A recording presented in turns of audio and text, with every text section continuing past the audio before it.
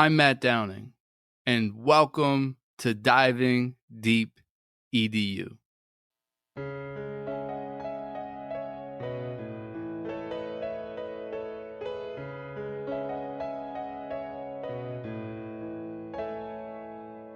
Curious conversations with all types of peeps. Encouraging innovation, we are diving deep. Certainly education is what we like to speak. Fervent with dedication, now it is time to teach. Yeah.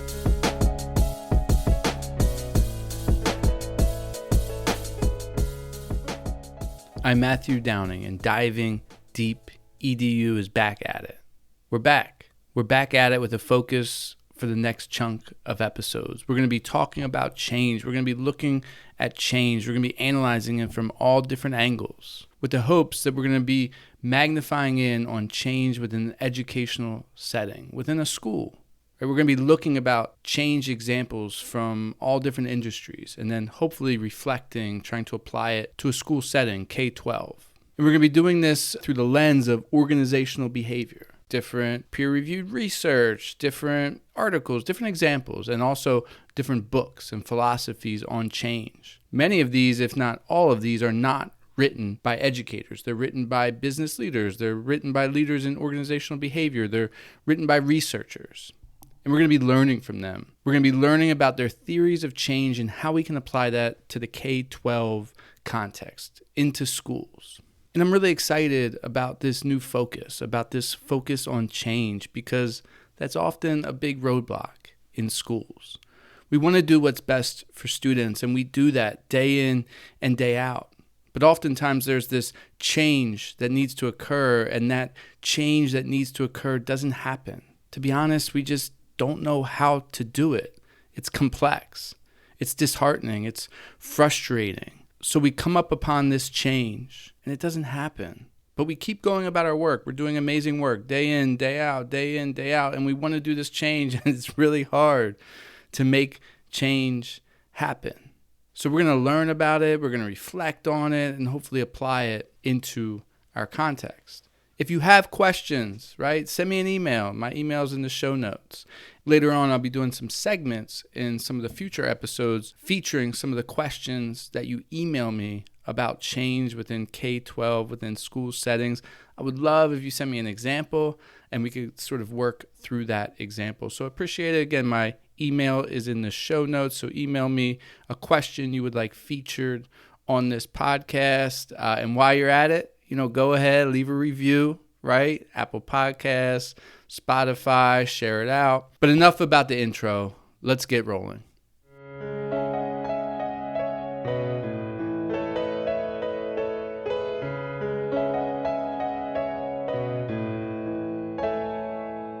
So let me start off this conversation by saying that I recently read a powerful book called Leading Change by John Kotter.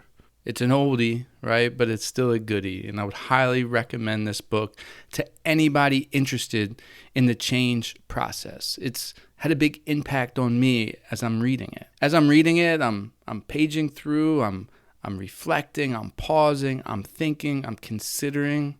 I love this book. It's not overly heady. It's based on his many years of experience and his stories.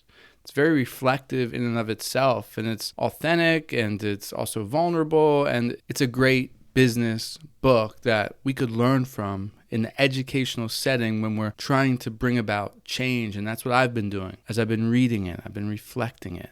And I'm not going to be regurgitating the concepts from the book, but I wanted to mention this book at the beginning for a couple of reasons. One, I want to endorse it. Go out, buy it, read it. You're going to love it. I love it. But I also want to credit it, right? Because this book's the foundation and about what this next series is going to be about. And I wanted to make sure I gave it due credit in this process of recording these podcast episodes. So I'm going to be referencing it, and I'll reference it specifically if there's a story in there, but just overall, it's sort of a general reference about this book. The way this series of podcast episodes about change is going to work is each episode is going to build on the previous. I'm going to sort of lay a foundation in this episode, and then we're going to be working through the next episodes, hopefully step 1, step 2, step 3. I'm looking at about a 12-part series dealing with how we bring about change within an organization, specifically thinking about education in this podcast. These episodes could serve as steps. They could serve as a protocol. They could serve as a guide.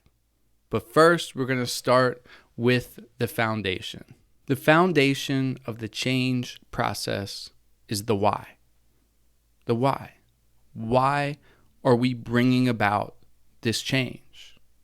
Oftentimes, many leaders in business, many leaders in education, they skip this step. It takes a lot of time. It takes a lot of explaining. And to be honest, it takes a lot of reflection because you got to get to the core of why you were bringing about this change. Sadly, many leaders have the mindset of, I don't have to explain myself to them. Let me just tell them what they need to do and they're going to do it. I don't know if that's true, right? The why is critical. Many leaders that have that mindset of, I'm going to tell them what to do and they're going to do it, are misguided. I think they're not seeing things in reality.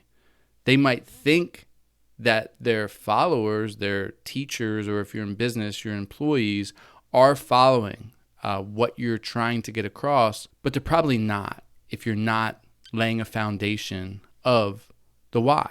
The why is critical. Think of it this way. The school leaders asking the teachers to embark on a change-making process. We got to bring about this specific change together. And you know what? This change-making process is going to require additional work, and we're going to be talking about that in a future episode. Every change-making process will require sacrifice. Could require, sacrifice in your work. You have to work more. You have to do this. You have to do that. Or it could be you're sacrificing your beliefs about one way to do something for the good of the group because this new way will help bring about a change. But it's a sacrifice. And it is essential that we get buy-in from all stakeholders, mainly within the school. As you're initiating a change, that's the teachers, right? So we have to get buy-in. And if we're going to get buy-in with the teachers for a change process within a school, you have to start with the why. By starting with the why, it gets rid of that top-down approach. It destroys it. Because now we're dealing with the why. We're having a conversation and it's a partnership. We're hand in hand. We're elbow in elbow. We're walking together. We are doing this because we all understand the why. And this gets us away from that command style leadership.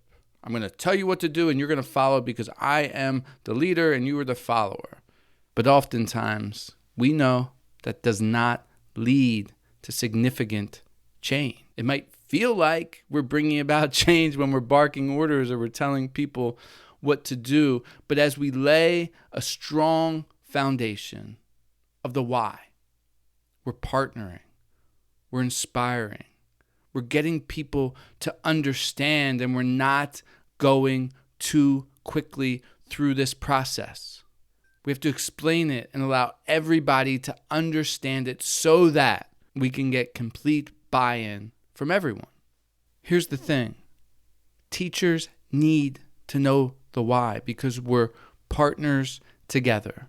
If we skip that step, then we're articulating through our actions and through what we're explaining that we're not partners, that we're not in this together, that it's I tell you what to do, this isn't worth my time, and you are going to follow the orders to bring about change. And you might get some head nods. You might get some, people looking you in the eyes and giving you that look like, yeah, let's do this. But when you leave that meeting that's requiring people to sacrifice their time, the way that they do things, you are not going to get buy-in. That change process will not be successful. Starting with the why also helps dismantle some of the way that teachers have experienced these false change hopes or initiatives throughout their career. If you've been a teacher, you've heard it.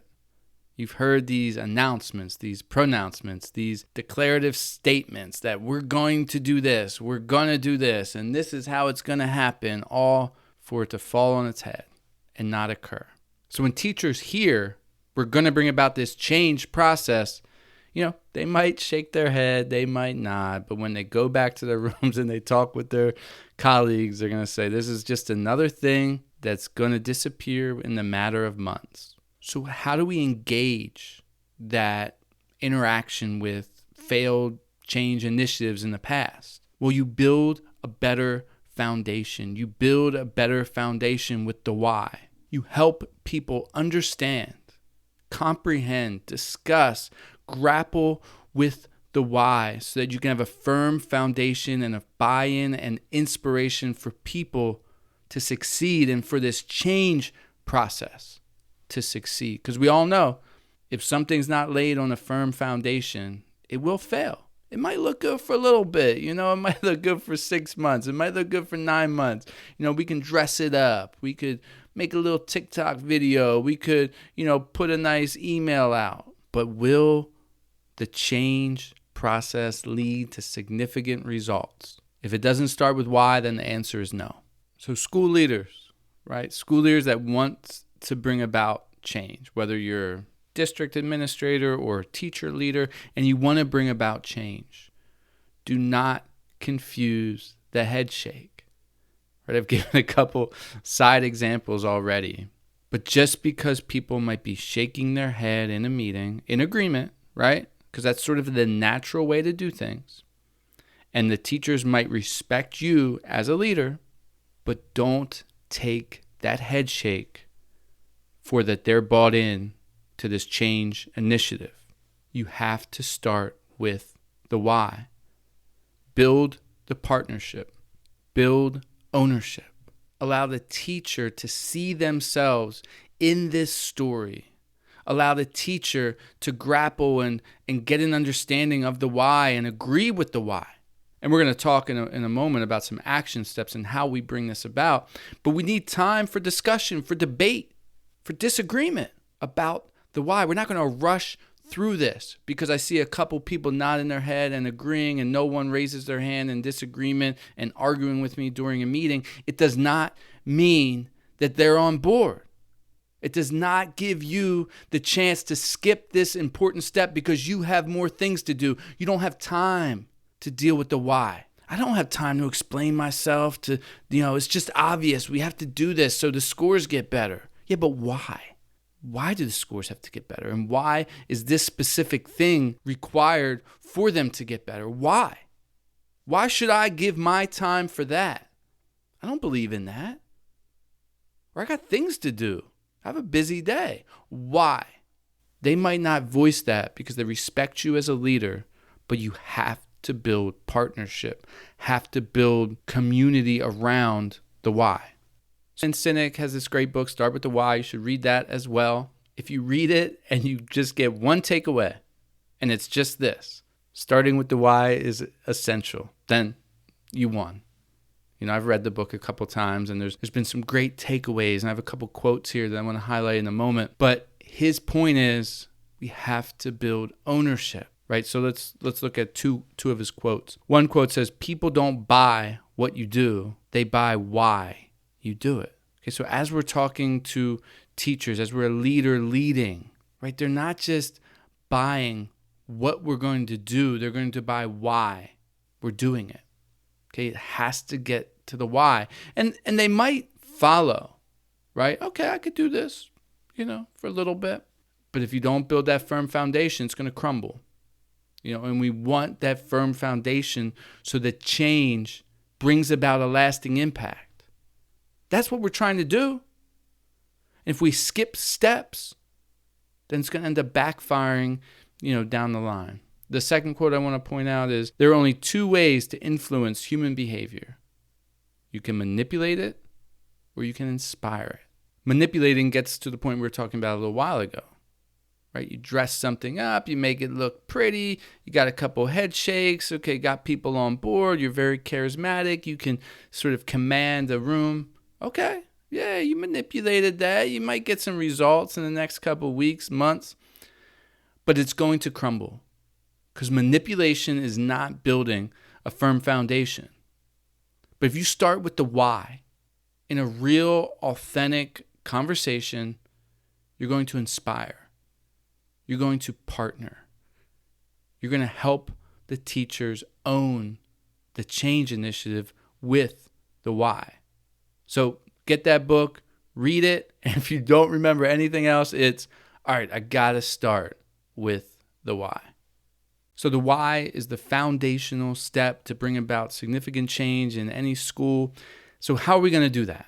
Well, I have 5 steps here that will help guide us through that process. Step 1, you're going to discuss the why in transparent and authentic language. Right? Don't hide from the facts. Don't cover some facts up with some different kind of data skewed in a way that doesn't really tell the teachers what you want them to see. Right? Lay the facts out. Be open, be honest. Remember, it's a partnership. You're doing this together. Step 2, clarity is key. Make sure all stakeholders understand the why, and you're not asking them to make assumptions that would not be obvious. I could struggle with this at times.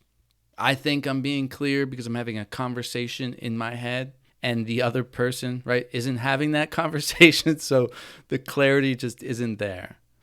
Remember, if you are bringing about this change initiative, you've been thinking about this for months, all the time, in the car, in the shower, in between meetings, you are thinking about this change. In a school setting, the teachers are not. They're not thinking about it as much as you. You're thinking about this all the time. So make sure that you're clearly articulating the main points like point number 1, in transparent and authentic language, but you're being clear. I would say the 3rd step is allow time to process this information. This is not going to be done in one faculty meeting, right? You're going to explain it authentically, in transparent, clear language, and you're going to, do that well, and then you're going to allow people to process the information. Understanding the why, right? Grappling with if you agree or disagree or what points made sense and what points didn't will not happen in one meeting. Many of us need different amount of time to process information, and it's definitely more than a 30-minute faculty meeting. I would suggest a week, right? We're going to reconvene in a week and discuss this further. So you have to give time to process the information. Well, you might, say, object, we don't have that time. If you don't have that time, then you're not going to be doing any sort of significant change. If you're not going to treat this change with care, then don't even try it. Stop wasting people's time. If you don't have time to regroup and reconnect and help people understand, then you're not going to bring about any change anyway. So stop, just stop. I would say the 4th step is give different chances to discuss the change initiative, not just a faculty meeting. So you might say in step 3, right, we're going to reconvene in a week or 2, give them a specific date, and we're going to, go over some of this stuff. But in the meantime, step 4, I'm going to be giving different office hours for people to have chances to come and discuss this in a smaller setting. So you might have some time before school. You would lay all of these dates out. Some chunk of time before school, chunk of time after school, maybe couple times during the day, and these are office hours to just voice your concerns. If you don't have time or you don't like to do that, just email me with this subject heading and put the subject heading, and then you can group all of those emails together, and then you can process through those. Then the 5th step, you're going to regroup. That regroup meeting that you announced at the end of your initial meeting, about 2 weeks. Then you're going to regroup. You're going to hit any questions, any main points, any changes that might have occurred, right? Because you're open for change, because this is a partnership. This is not a top-down. You're going to do this. Nah, we're in this together. Maybe you didn't explain the why a certain way. Maybe you see a new angle, and you're going to explain that and clarify that in your next meeting. Again, these meetings don't have to be lengthy, 15 minutes, 20 minutes, depending what your change initiative is, and then you're going to regroup. So those are the 5 steps that I would suggest if you're trying to bring about a change initiative, by starting with the why. Now you might be saying to yourself, man, this seems like a lot. Well, it is a lot. Changing the way people do things is a lot. It does not just happen. And as you've experienced, right, many of these change initiatives fall flat because we skip these steps. We skip these critical steps, these foundational steps in the change-making process. It's a lot. It's a lot for a leader to bring about change. It's a lot for the teachers to bring about that change as well. So we start with the why.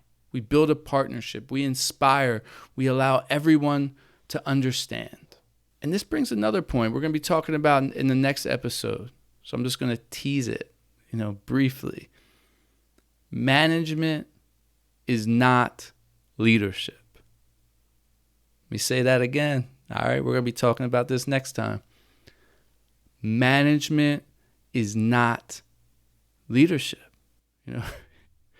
You can't just manage change. You can't do it. You can't. You have to lead change. The way you lead is by starting with the why. The way you lead is by inspiring, by giving a vision, by partnering. You are not going to bring about change by having people fill out different data points and you got to do this, you got to do this, is everyone here, blah, blah, blah, blah, blah, blah, blah. That is not leading. Management is not leading. And leading starts with the why. I hope you're interested in that because we're going to be getting into that concept in the next episode. All right, well, let's end with that thought, right? As we consider the why as the foundational step in the change-making process. Thank you so much for tuning into Diving Deep EDU. I hope you enjoyed the episode. Questions, send an email, subscribe, share, leave a review. Until next time. Wow, it's time to reflect. That's astounding. You've been checking out the podcast from Matthew Downing. Hope you like diving deep like a scuba diver. And the show provoked hope, that's our true desire.